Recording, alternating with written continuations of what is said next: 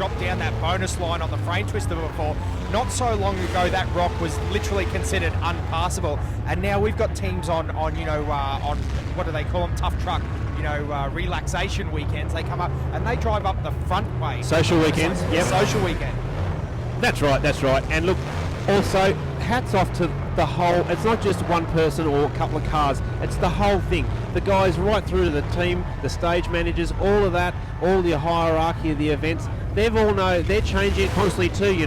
Safety now. You can see there's a lot of safety starting to come back into it. Whereas you used to have a wire fence. Now they've got bollards, and they're really starting to think about that side of it. You're right, mate. Off you go. Have a look at that. That Jesse Haynes has just driven over the bonus tyres. I believe that he's just got 100 points there, and he would have been our first team to clear that so far this morning. So that's some great points in the bank for Jesse and Steve. They'd have to be happy with that. Of course, and again, it's the experience coming out. Stop, start, look at where you're driving, where you're at, constantly assessing your situation, and it just paid off for him, yeah? And that rear steer coming into play, a new addition for this vehicle, and he's used the rear steer on the side of the tyres to climb up and over that huge bonus line. So, yeah, mate, well worth the effort, and they've banked some great points as the big Rumlux over here on Devil's Marbles gets some air underneath the rear tyres. The guys working their way through that notorious bit of a rock section. I tell you what, this thing's notorious from start to finish, Tapper. Oh, it's relentless. You're right. And from the minute you get on it to the minute you leave it, if you leave it, that is, you're working hard. And your spotter, you got to remember, you're sitting in a car, you've driven before, Dan. You sit in a car, you can't see half of what you're driving, so you're relying very heavily on your spotter. Your spotter's doing a lot of work, and you look in some of these cars, especially the guys with cutting brakes and all that, they're working extremely hard themselves. See the guys that are very experienced and comfortable in their car, particularly once they start bringing rear steer and bits and pieces in. We see, I don't want to use the word rookies because all of these guys are great competitors, but the guys that haven't used their vehicle a lot, you can see that they have a few little issues, but then those guys with the rear steer that are comfortable, it's just like an extension of themselves, isn't it? They use the rear steer like Tim Scott. He's a prime example. That guy basically drives with the rear steer and makes it look effortless. Oh, you're right too. And look, rear steer gives you two options, that can be the difference between driving online and driving offline, getting around points, getting around markers, getting around cones. But I've had a bit of an experience with the rear steer myself and bits and pieces over the years and just mucking around other guys' cars, and you can get absolutely lost in the car. You don't know what's going on. You get to a point where you're looking at the back, looking at the front, what's going on here. And so when you have that sort of exposure to it, you really understand those guys are really got a natural ability. I'll try to line up Dave Camp later on and have a bit of a chat to him, because he's basically gone from a car with no rear steer, about a disconnect was the flashes that it came, and now he's gone to a full hydraulic suspension, full, it's got everything under the sun, that OPW Yellow 40. Be interesting to feel what his opinion is on all that gear and whether it's required. He's making it look easy this weekend though. Oh look, Dave builds cars and they're traditionally fairly simple, yeah, but he's in a truck with a massive arsenal of product to use, and literally can do anything in any corner of that car. And then you mix that up with a driver with his experience and his reputation in the sport, and man, you have a formidable setup, yeah. And as a competitor, you'd be looking at that going, oh my God, I've got to deal with that. So that Dave's got the experience, but what about Mal? His Navigator is a multi-time champion. And a very good-looking man, I might add, and single ladies. So if you're out there and you want to, have a chat to Mal, I'm sure you'll, spend the time with you. They're both really good guys, yeah. And look, the team, like you say, in a proven truck, proven team, proven drivers and navigators, yeah, very hard to beat. Why everyone in the commentary box so far has put them as their top choice. However, that doesn't mean that disaster or change can't happen. Oh look, you can bust a ram or something in the middle, or have something pull apart like a portal or something that you can't replace on the day. And we've spoken about this last year as well. You don't just go down to Bunnings or Repco and buy these parts. You've got to they're things you've got to have on site and at your hands. But also you've got to remember, this truck's got a fair bit of fatigue through it. Dave Cole gave it a pizzling last year. Also, Pete's had a few years in it. Taz gave it a run for a couple of years. So the truck's no new vehicle. So you're also dealing with all the stress and the build-up. But testimony to its build, yeah?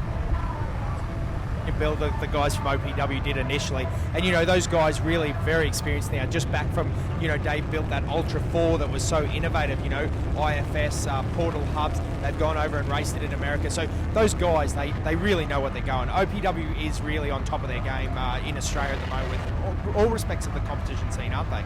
Oh, that's right. And we keep harping on this truck, but that truck is the second generation. I've known Pete for a long time, and he had an old yellow 40. It started on leaf springs. He was the first with big tyres, and it was an old tractor. It went where it wanted. You were a passenger, yeah? And then he's gone and totally revolutionised that car, and to his credit, it's still wheeling competitively today, at the moment.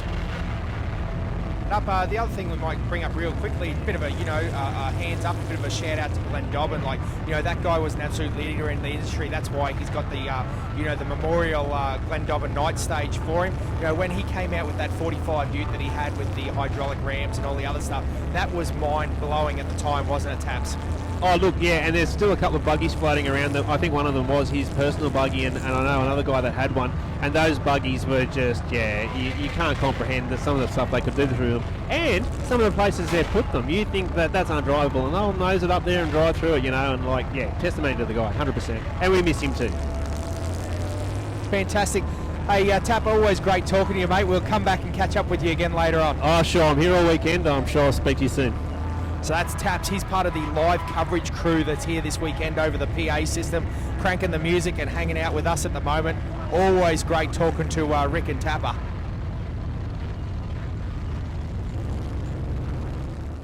When we build Tuff Dog suspension, we aren't building it to last the distance.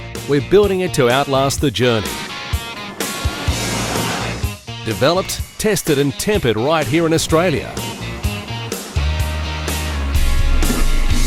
Tuff Dog is proven to be reliable every step of the way. Making tracks is what we live for. The only question is, where will your tracks take you?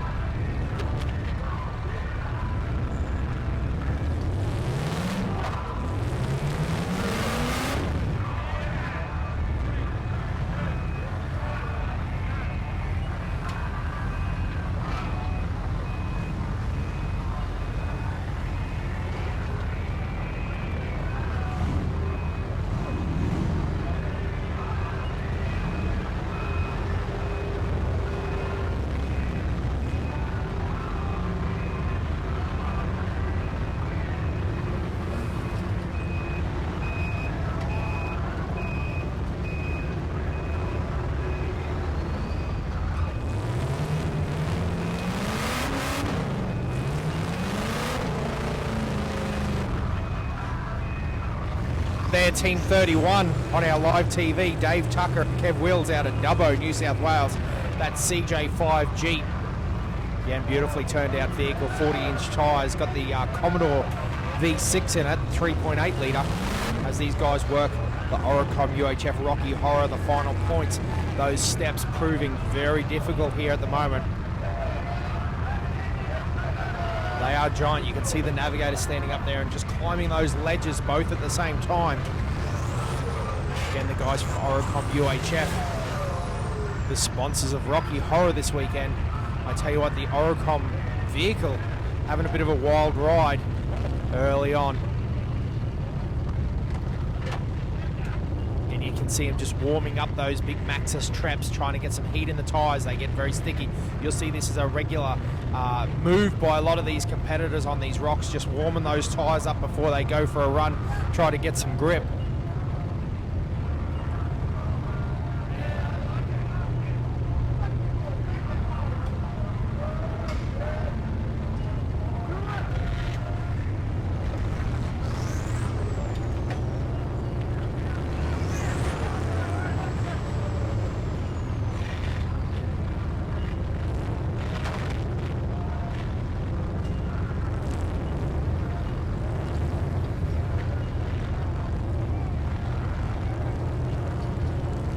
Yeah, you were talking about that traction. You can see it just getting a little hop and a bounce up, but it just dropped back, picking that inside left front wheel up. The boys reverse it back down. I'd say they'll have another go at this. That wasn't that bad, so they'll line up and get ready to have another launch at this track.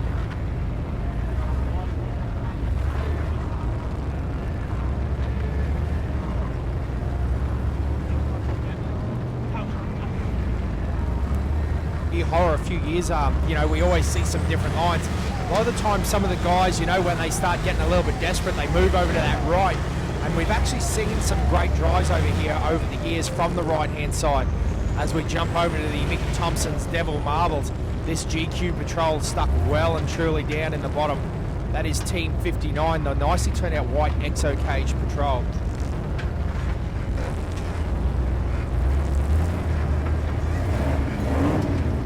Boys from Half Fast Racing again, the big turbo diesel, a 4.2, a staple of the Nissan diet, the fan, the smell it. They guys got you know, a bit of soot coming out, and I tell you what, the crowd love a bit of noise every now and then here as well.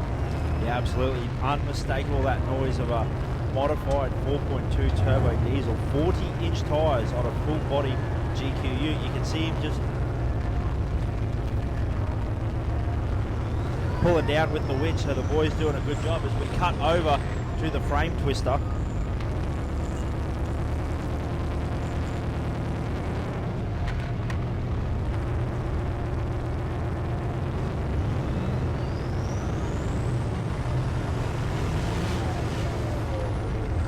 Just clean line, these guys in that early Hilux. Again, it looks like about an 84-ish sort of shape body. Again, it wasn't so long ago these were very common in the competition scene, but not so many around now. They're more the new guys, So this is Fat Farmers Racing out of Queensland, Ryan and Daniel. Again, if you're listening along at home on Tuff Truck TV, we welcome you. We hope you enjoyed. Make sure you jump on all the W's and, you know, follow us along on the social media. So grab on Instagram and, you know, we're on Facebook as well. Jump on Facebook and leave us a comment. So make sure now we're going to cut to a bit of a rollover scene that we've had earlier. Enjoy the replay.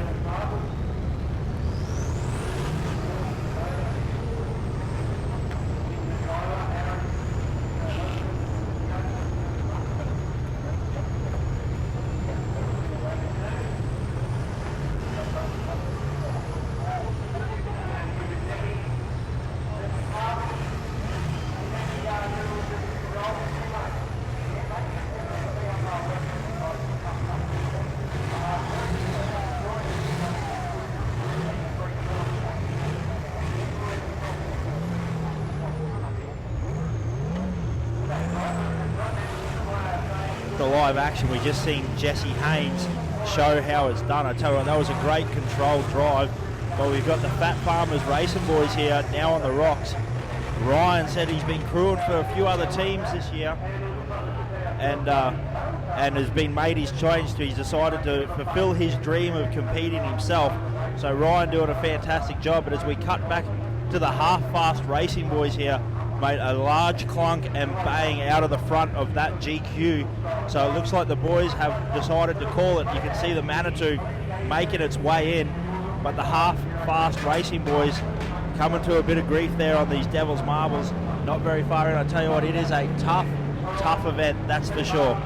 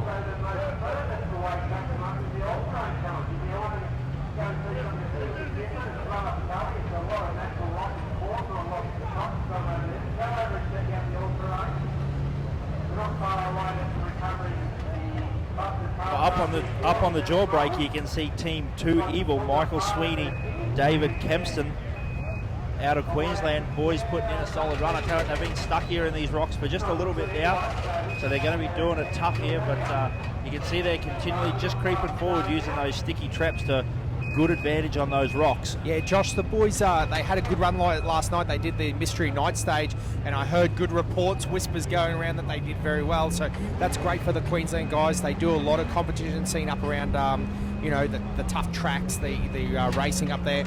And they've also got the LS in it, so more horsepower this year. They've stepped up from the little Suzuki motor. I'm not 100% sure, I'd have to confirm this, but I actually believe that this is a slightly new build. It's a bit of an evolution too of the original car that they've been racing here for quite a few years. Name Michael Sweeney, synonymous with Tough Truck Challenge. He's been a regular here for a long time. But yeah, it sounds good. I mean, down from where we are, we talk about that amphitheatre, Coliseum style battle, and that 6-litre echoing around the hills. I tell you what, it is a fantastic sound. We've just gone from a hotted up turbo diesel to a 6-litre. Fantastic. It's nice you say about that amphitheatre. It's probably a bit hard to tell if you've never been to Milberdale yourself, but that Tough Truck TV, as it pans out, it really shows that's actually the side of a ridge. The dual breaker where Michael Sweeney is up halfway up a mountain. You know, you really got to climb up there. It's difficult, and it's a long drop if you drop down there, you know, as we slide over to the Oricom.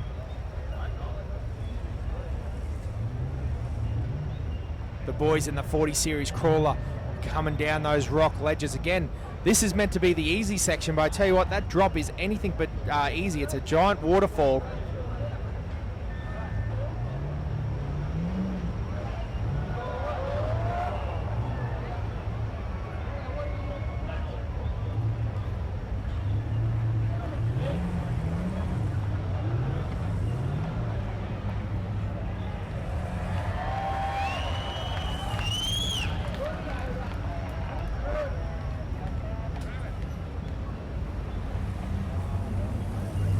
Guys drop down the Eurocom UHF Rocky Horror, do a bit of dig around to wind themselves back up and head back up the hill.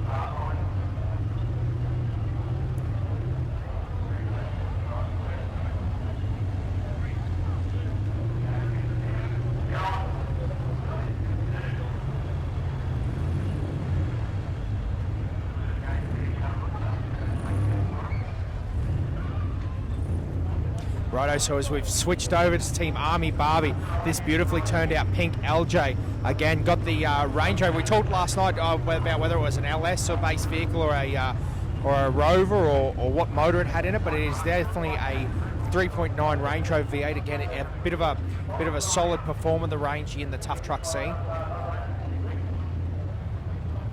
Just a quick stall there from Linda. Linda at the wheel this year. Again, Aaron and Linda tend to swap years driving, and Linda had a couple of years off with kids, but they've been everywhere. Raced over in Malaysia and raced the Winch Challenge scene and done a number of tough truck events. Linda actually raced her patrol in the tough truck not so long ago, really. That's the same vehicle that they do all the winch competition vehicles. So a team based out of sunny Queensland. So just noting from watching some of the other teams where we're standing that the Team Barbie taken a very different line. They've stuck a lot across to the right off the start line, and now going to have to do a very tight U-turn around this. You can't quite see it, but just behind them is a very large rock poking up. So they're going to have a tight U-turn here, and they're going to have their work cut out for them. So like we said, that importance of selecting the right line and being 2 steps ahead.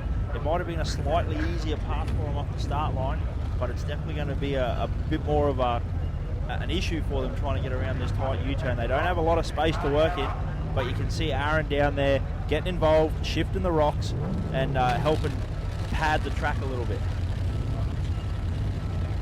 Work their way down Oricom, the Rocky Horror. Oh, a little bit of a sideways bounce there, but nothing that's going to cause them any grief.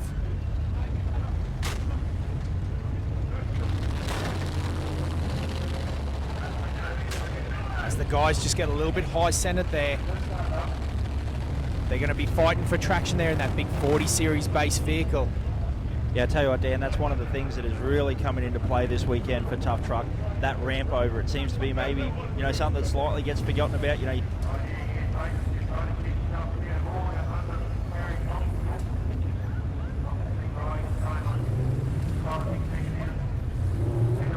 Key, and that ability to keep the momentum happening without going crazy and doing a lot of damage to your car. It's definitely going to be an interesting weekend.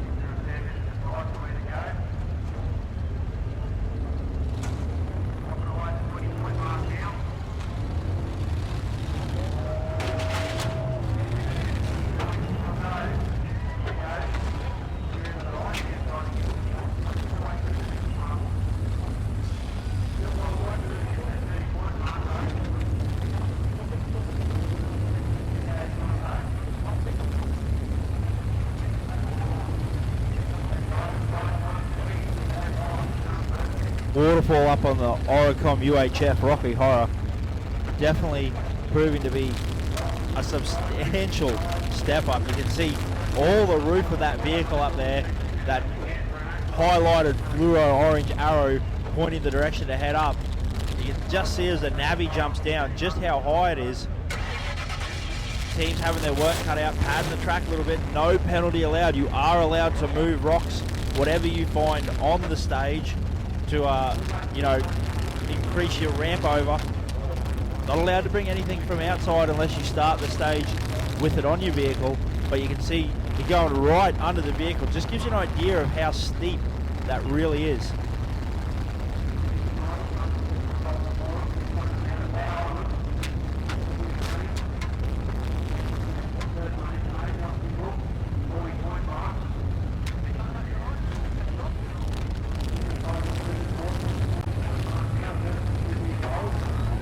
Clamor protection going up the hill, rocking back down. I'll tell you what, he's unfortunately with his wheelbase, he's just trying to climb both those ledges at the same time, but the boy's putting in a solid effort. You can see him just going to get a bit of heat into those tyres, a bit of extra traction out of his stickies.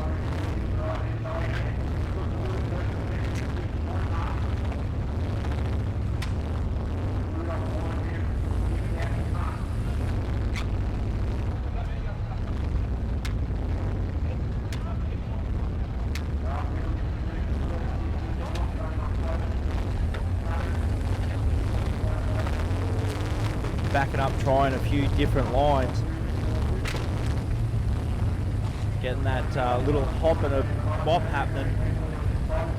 Just clamoring for traction, slowly trying to work their way forward, but they've got that big step up that the front wheel's trying to go up. And we were talking about before, you can see that he's just attacking that right a little bit more, a little bit of right hand down.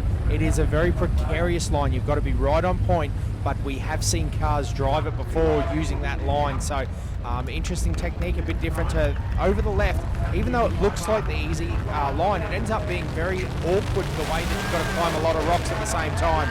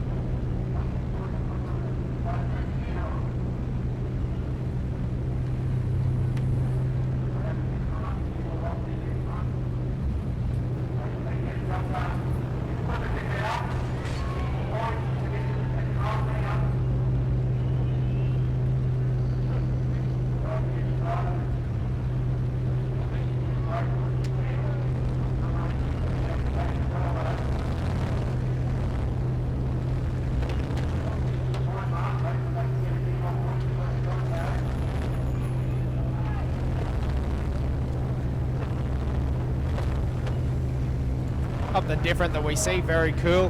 Got a back seat in the old little cruiser there. So yeah, good times. Great when you can take the family for a wheel. Had it before. We were talking to Ethan, we were talking about the lock and load team, the social wheel. So now a quick word from our sponsors.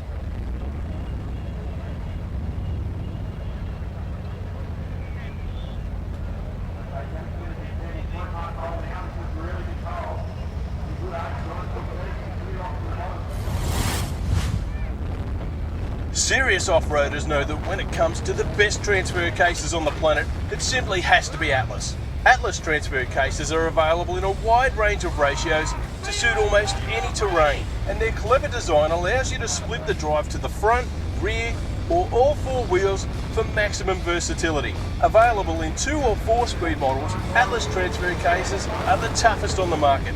To find out more, head to opw.com.au.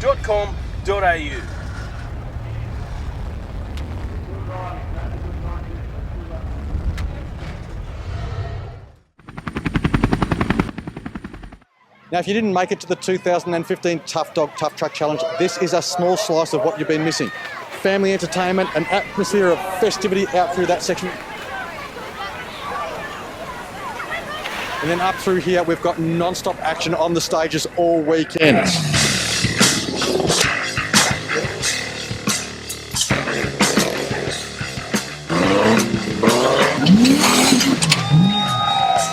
Tough Dog Tough Truck Challenge, you've got to be here for 2016. Check the Tough Truck website and make sure you grab yourself some of the merchandise while you're there.